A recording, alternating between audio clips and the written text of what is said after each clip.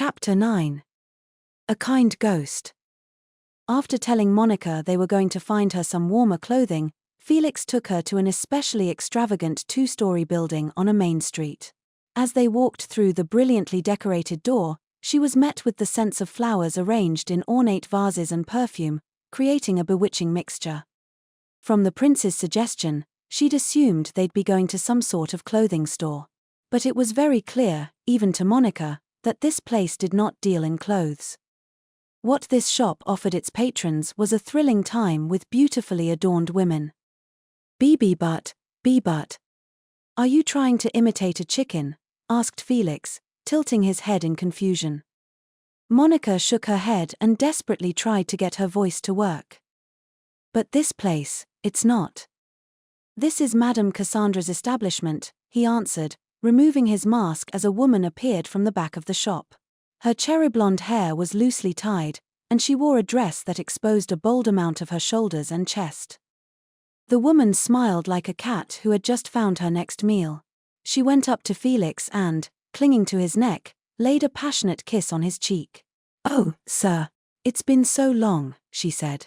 "You haven't been coming at all recently. We've been so lonely." "Hey, Doris. Sorry about that, things have been pretty busy. As long as you ask for me tonight, Now that you're here, I'll cancel all my other appointments." Felix returned the kiss on Doris's cheek and answered smoothly, "Sorry, but I actually need to speak with Madame Cassandra first." Doris, finally noticing Monica, moved her neck to give the girl a once-over while still clinging closely to Felix. There was no hostility in the woman's eyes, she was simply evaluating Monica's worth. For someone you brought, I doubt she'll attract many patrons," murmured Doris, looking up at Felix. "Well, no matter. Madame Cassandra is in the back. Come on, this way." Doris linked her right arm through Felix's left and began to walk. When Monica hesitated, the woman called to her in exasperation, "What are you idling about for? His other arm is free, you know." "Heh." The woman beckoned for Monica to come over and positioned her at Felix's right side. Then she grabbed Monica's hand and passed it through his right arm before finally moving back to the prince's left and linking arms with him again. "This is how you link arms. And push your chest into him more. Oh, I suppose you don't have much of a chest to begin with." "What are they trying to make me do?" wondered Monica, casting a troubled look up at Felix. Felix, clearly suppressing a laugh, said, "We'll go say hello to the madam first." "All right," answered Monica vaguely. Her arm still linked with Felix's, well, it was more like she was hanging on to him with her hand at this point. They began to walk. She felt like a lost child being escorted. Madame Cassandra's establishment was one of the more thriving businesses in the area, and it didn't matter where you looked, the pillars, the door decorations, the rugs, the entire place was so glamorous, it made her eyes hurt. Mary Harvey's mansion had been luxurious as well, but Monica felt certain it had been considerably classier. Eventually, they came to a door at the end of the hallway, and Doris stopped in front of it. "Madam," she called. "Madam Cassandra, I've got a good one here to see you, for a change." "Come in," a woman's voice, hoarse from drinking, called from inside the room. Doris happily opened the door and brought Felix and Monica inside. While the hallway on the way here had been ornate, this room was on another level, rugs with lots of red coloring, velvet curtains, decorations, and tassels using plenty of gold and silver thread. And on the extravagant cabriole-legged sofa in the center of the room rested a woman. Her gray hair was done up beautifully, and she wore a vivid scarlet dress and wide-brimmed hat. She looked a little too old to be considered middle-aged but far too full of life to be called an elderly woman. Her sharp, glinting eyes locked onto Felix as her lips, bright red with lipstick, curled up into a wide smile. "Oh, hello, sir," she drawled. "It has been a while. So long, I should say, that our girls were starting to lose their motivation. I wasn't sure what I was going to do." "I do apologize, madam," answered the prince. "I've had much business to attend to of late." What business was he supposed to be up to? Felix was a student. Though looking at him now, Nobody would suspect it, he was far too at home here in the midst of the nightlife.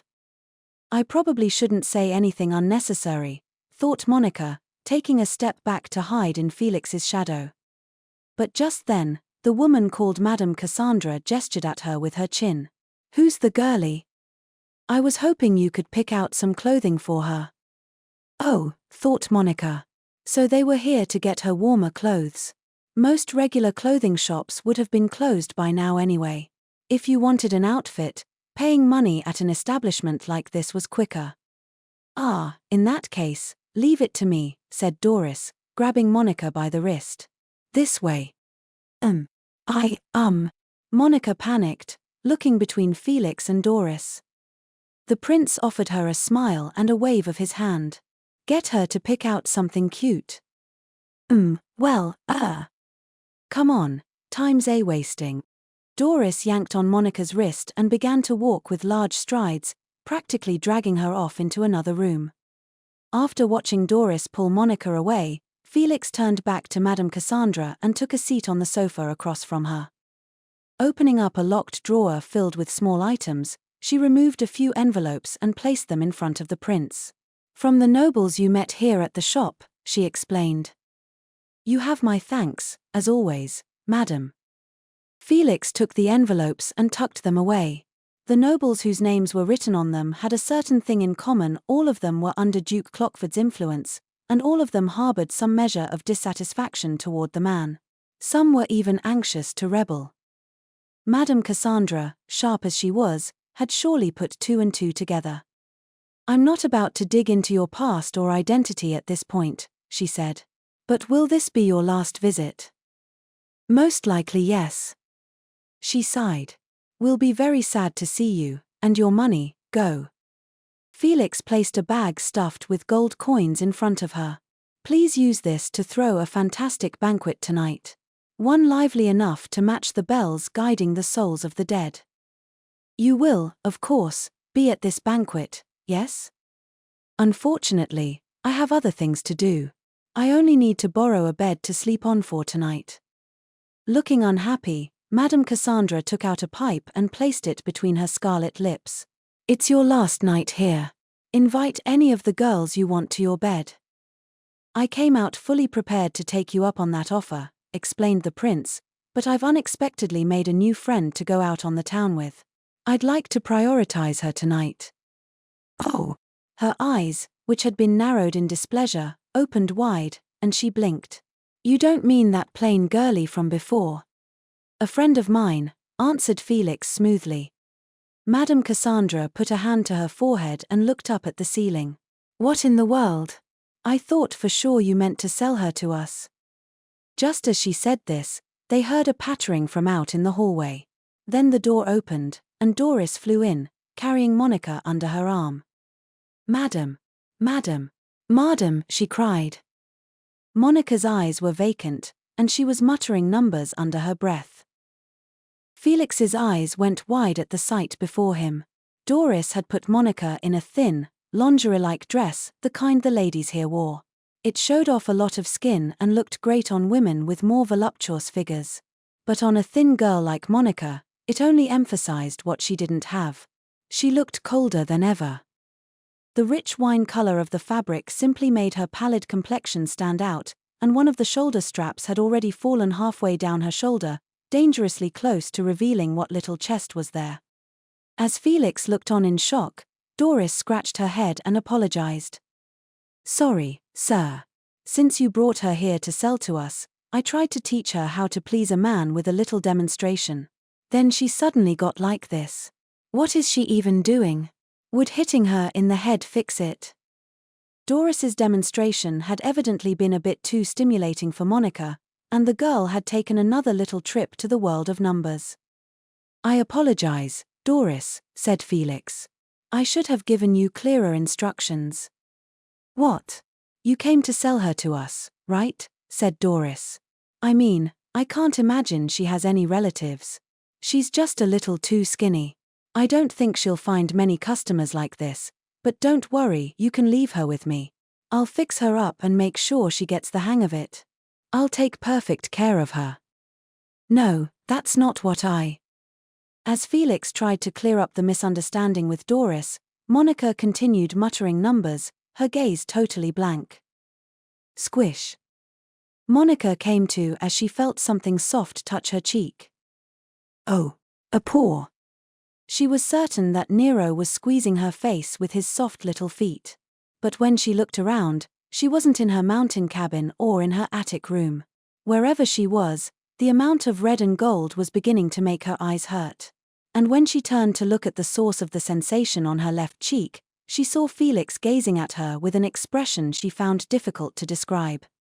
Back in the real world, he asked. Pry.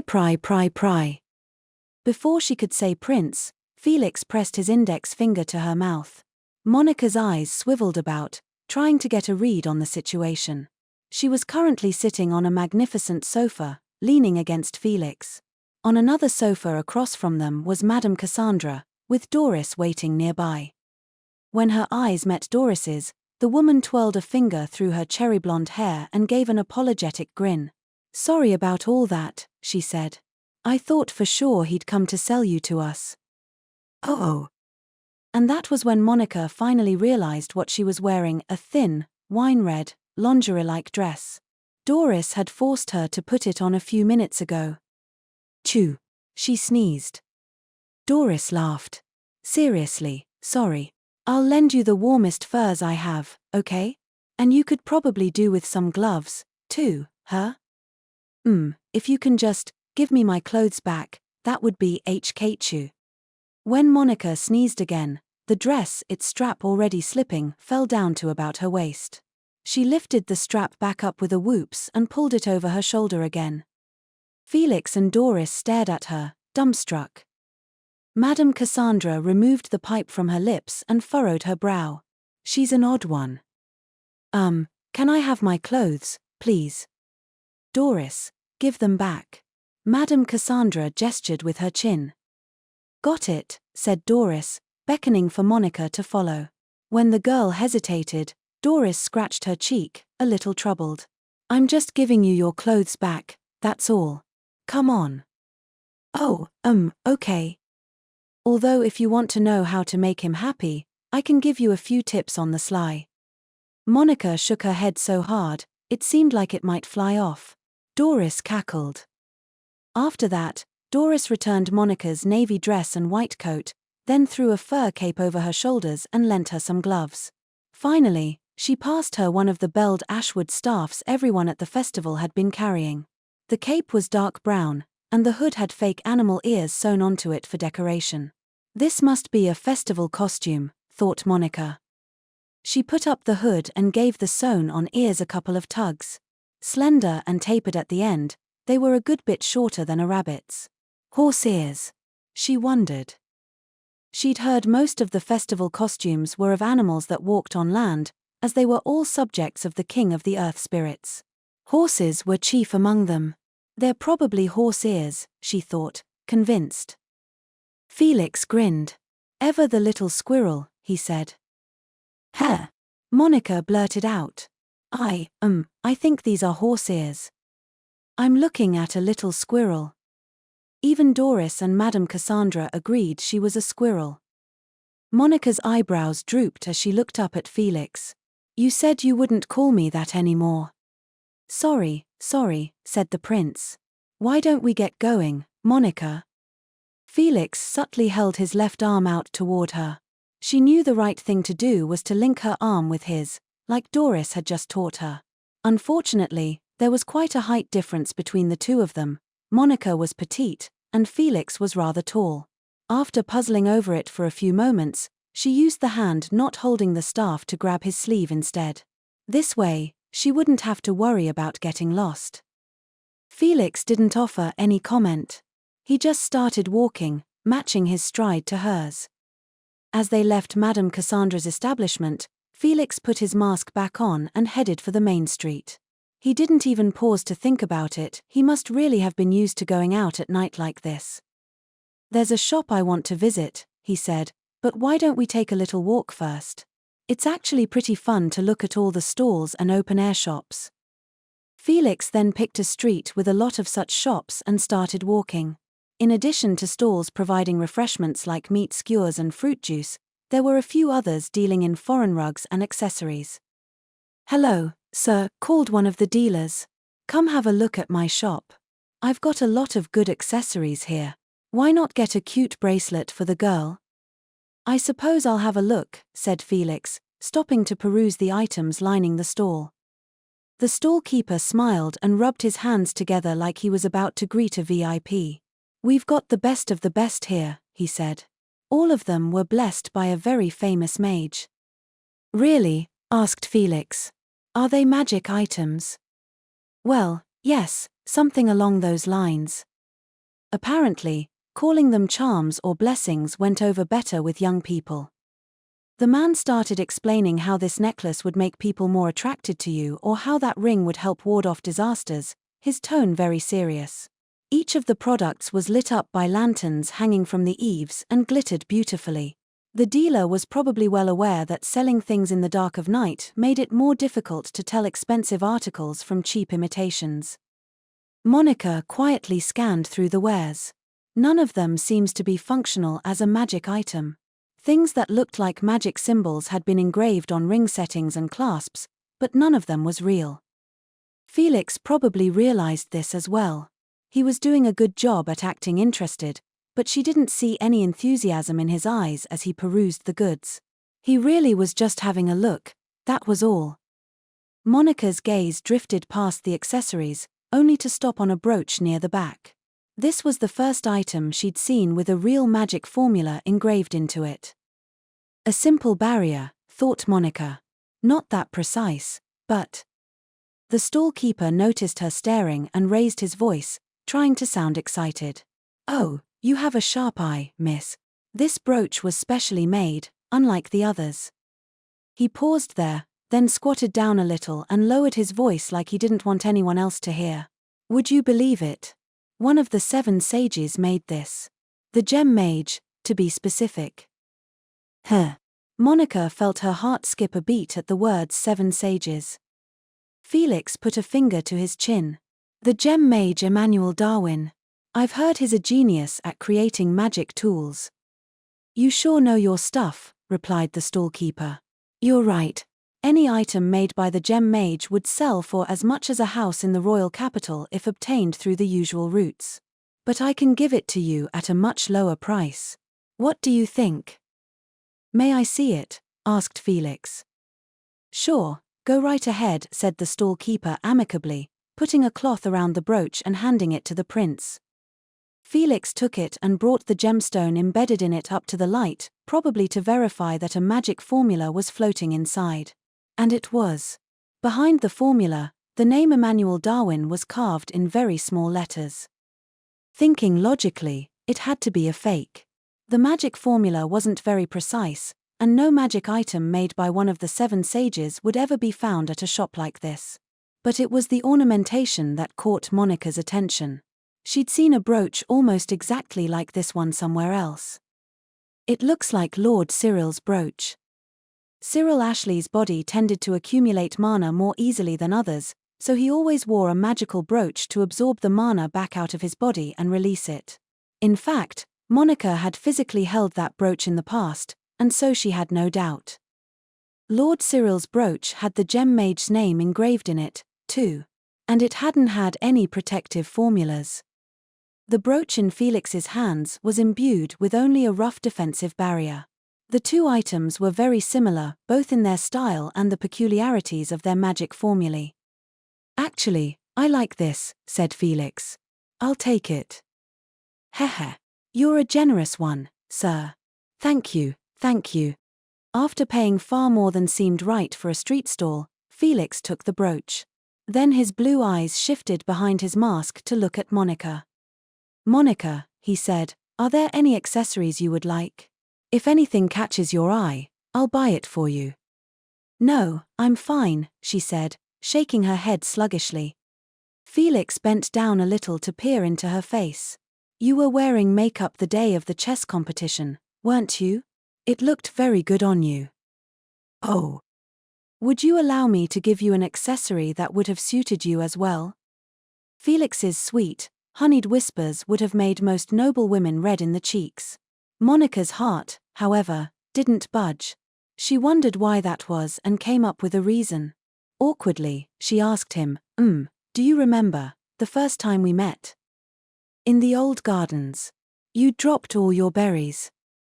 When you picked them up for me, I was really, really happy. Having just arrived at the academy, Monica hadn't been close with anyone. She hadn't known right from left back then. That was why the ribbon Lana had given her and the berries Felix had picked up for her had felt like such treasures, enough that she almost hadn't wanted to eat them. I can't explain it very well. But if you were to buy me an, accessory right now, I don't think I'd be as happy as the time with the berries. Ah, said Felix, his voice somehow lonely, its tone different from the one he used when sitting in the student council president's chair. Monica started to feel very guilty. Whatever the reason, she'd flatly refused his gesture of goodwill. Panicking, she continued. And anyway, I only recently got interested in fashion, so I'm a complete beginner, and, well, I think accessories are still too much for me.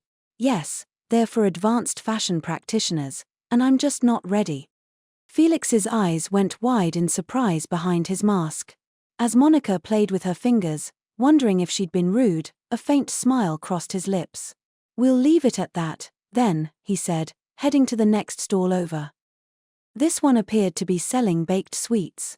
They were flat and round, about the size of her palm, and had an intricate design pressed into the surface. Those sweets have such pretty designs, remarked Monica, locking onto the patterns rather than the food itself. Felix laughed. They're traditional sweets for the bell-ringing festival. You break them in half to eat them. He bought one of them, split it in two, and gave one half to Monica. You'll let me treat you to this at least, right? Why yes, thank you. Inside the bread-like dough, sweetened with honey, was a generous filling of dried grapes, figs, and walnuts. As she took a few bites to disguise the awkwardness she felt, a pair of fingers reached in from the side and plucked a bit of fruit from Monica's face. There was some on your cheek, said Felix. The moment his fingers touched her mouth, she unconsciously tensed up and gave a violent start. Probably hearing the stifled shriek that shook her throat, Felix commented a little sadly, You said you weren't afraid of horses, but you're afraid of people, aren't you? He was exactly right. Monica wasn't scared of animals or bugs, but humans frightened her. And that had been the case since long before she'd enrolled at Minerva's and met Bernie. Tall men were the worst. Whenever one so much as lifted his hand, visions of it coming down on her would flash through her mind and cause her legs to give out in fear. The same thing had happened when she'd bumped into Bartholomeus. She knew logically that not everyone would get violent with her, but her body reacted anyway. Her head would go blank, dominated by fear. I always ruin it whenever anyone tries to be nice to me, she thought, her face clouding over with guilt. Voice trembling, she managed a stilted, sorry. Felix didn't criticize her. Instead, he constructed a gentle smile. If you really are frightened of people, you can just think of me as a ghost.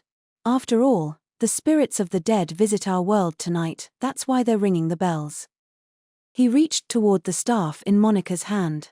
Hanging from the end of the ashwood staff Doris had lent her was a cute little golden bell. Felix poked the bell to shake it a little. The clear jingling was meant to mourn and guide the spirits of the dead who had wandered into the festival. Your friend Ike is actually a ghost who doesn't exist. So he can't hurt you. His joking tone and the blue eyes behind his mask were sad but full of kindness. Monica's mouth popped open and closed. She thought she should say something. But she couldn't think of anything fitting, so her puffs of white breath simply disappeared into the night sky. I'm a little thirsty, said Felix. I'll go and get us some fruit juice, so wait right there. He turned, the hem of his cloak fluttering, and disappeared into the crowd. I have to follow him, she thought. I'm his bodyguard. But just as she took a panicked step forward, she heard a voice from behind her. Silent witch, it said. Surprised, Monica turned around to find a beautiful woman in maid attire, the wind spirit Ryn. She continued in her usual impassive, flat tone. Would this be a proper situation to use the don't lay a hand on my woman tactic? That was the first thing out of her mouth. Apparently Felix, in costume, had looked to Ryn like bad news, a man trying to bully her. If the spirit dressed up in those showy clothes from the chess tournament and staged a repeat performance now, it would be disastrous. Monica rejected her proposal in a hurry. No. That's the prince. Oh my. Ryn's voice never had any intonation, but she seemed surprised, at least. She put a hand to her chin in a rather dramatic show of thoughtfulness, quirking her head to the right as she did. 3 solid seconds later, she returned her head to its normal position. In that case, will you be continuing to guard Prince Felix tonight? Why yes. If you could keep your distance and provide support, that would be great. Very well, then Noticing something, Ryn looked up. Monica followed her gaze and spotted a bird with its wings spread flying through the air despite the time of day and heading right for them. Her eyes widened. Eventually, the bird glided down, came to a rest on Ryn's head, and hooted. It was an owl. And upon closer inspection, she noticed a ring around its foot holding a tube. Monica recognized the star seal on the item. Could this be the Starseer Witch's familiar? Miss Ryn, could you squat down a little? Certainly. Nervously, Monica reached for the tube stuck to the owl's foot. Inside it was a small, folded-up letter. The writing on the paper was so fancy, you'd think it was an invitation to the royal palace, but instead, it said this. Someone's made off with star-weaving Myra. Could you help a girl out? Please. What? Where? Monica studied the letter again, her lips quivering. Despite the beautiful handwriting and casual phrasing, this was a matter of grave importance. Ryn, peering at the letter from the side with the owl still on her head, seemed to agree. This appears to be an emergency, she muttered. Frankly, Monica had no idea what to do. Both guarding Felix and recovering the stolen item were important missions. Star-weaving Myra was capable of absorbing the mana from a very large area of land and converting it into a powerful attack spell. If a bad person used star-weaving Myra to attack the town. Just the thought of it sent a shiver down her spine. On a night like this, the item could easily level the whole of Corlapton. Mr. Louis said the seal has already been removed. There's no telling when it might be used. It was Monica's duty as a sage to protect the town from this magical threat. And above all, thought Monica, putting a hand to her chest and closing her eyes. She could hear the jingling of bells all over town, the sound meant to mourn and guide the spirits of the dead. Above all, there are people here who will find salvation in mourning, like me. She couldn't allow the festival to be ruined. Slowly, she fixed her gaze ahead. The hesitation left her eyes. Miss Ryn, she said, are you able to sense its mana? No, replied the spirit. I am excellent at picking out noises, but not very skilled at mana detection. Monica could use magecraft that would allow her to sense mana. That said, detection spells were so complicated, some people made it their life's work.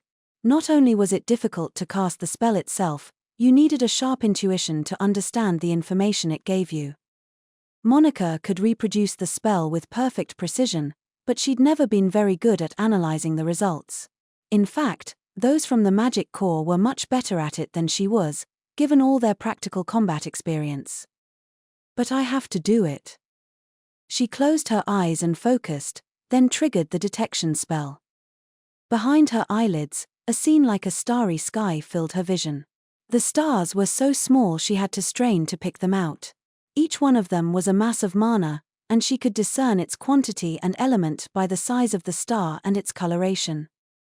Unfortunately, when it came to creatures with large mana capacities, higher dragons and spirits, for example, they would frequently conceal their own power, making them impossible to detect. Many magic items, too, couldn't be detected until they were triggered. That was how Case's assassination tool, Spiral Flame, had worked. Star-weaving Myra supposedly has the ability to absorb mana. So if I look for a mass that's slowly growing. Little by little, Monica widened her search area. But the more she did, the easier it was to overlook things. Sweat broke out on her forehead as she observed the countless stars hovering behind her eyelids. It was like looking at comets flying around the night sky at random. The stars were so small, you had to really focus to see them, and they were flitting all around, so the task demanded a lot of focus. But among this cluster of stars, Monica managed to find one moving unnaturally. It was traveling awfully fast, from the center of town straight toward its outer limits, growing ever more radiant as it did. It was absorbing the mana in its environment. Found you. The signal was a good distance away from Monica's current location. And at that speed, the culprit would be out of town before she caught up. She needed to swiftly retrieve the stolen item, come back here, and continue to protect Felix. While I go get the magic item, you stay here and watch the prince, Miss Ryn. Also, she squeezed her ashwood staff and set her gaze in the direction she'd be going. There was a tall, thin bell tower in that direction. It would serve as a good landmark. I want you to shoot me as hard as you can toward that bell tower. I was under the impression you couldn't use flight magecraft, my lady, replied the spirit. I can't. But I could probably manage just the landing. Maybe. If she could use wind magecraft to cushion her fall, she could probably avoid being injured. In any case, as clumsy as she was, she'd never catch them if she had to run through the crowd. This was the only way to close the distance. Very well, my lady. In that case. The gorgeous maid nodded her owl-laden head and raised a hand. Wind swirled at Monica's feet, causing her coat hem to flap. I will create a soundproof barrier in that region of the sky so you may feel free to scream to your heart's content. Heh. I shall send you there at the highest speed a human body can withstand. Oh, if you can, please, limit the speed to Higya. A moment later, Monica's body launched into the air and hurtled through the sky like a comet.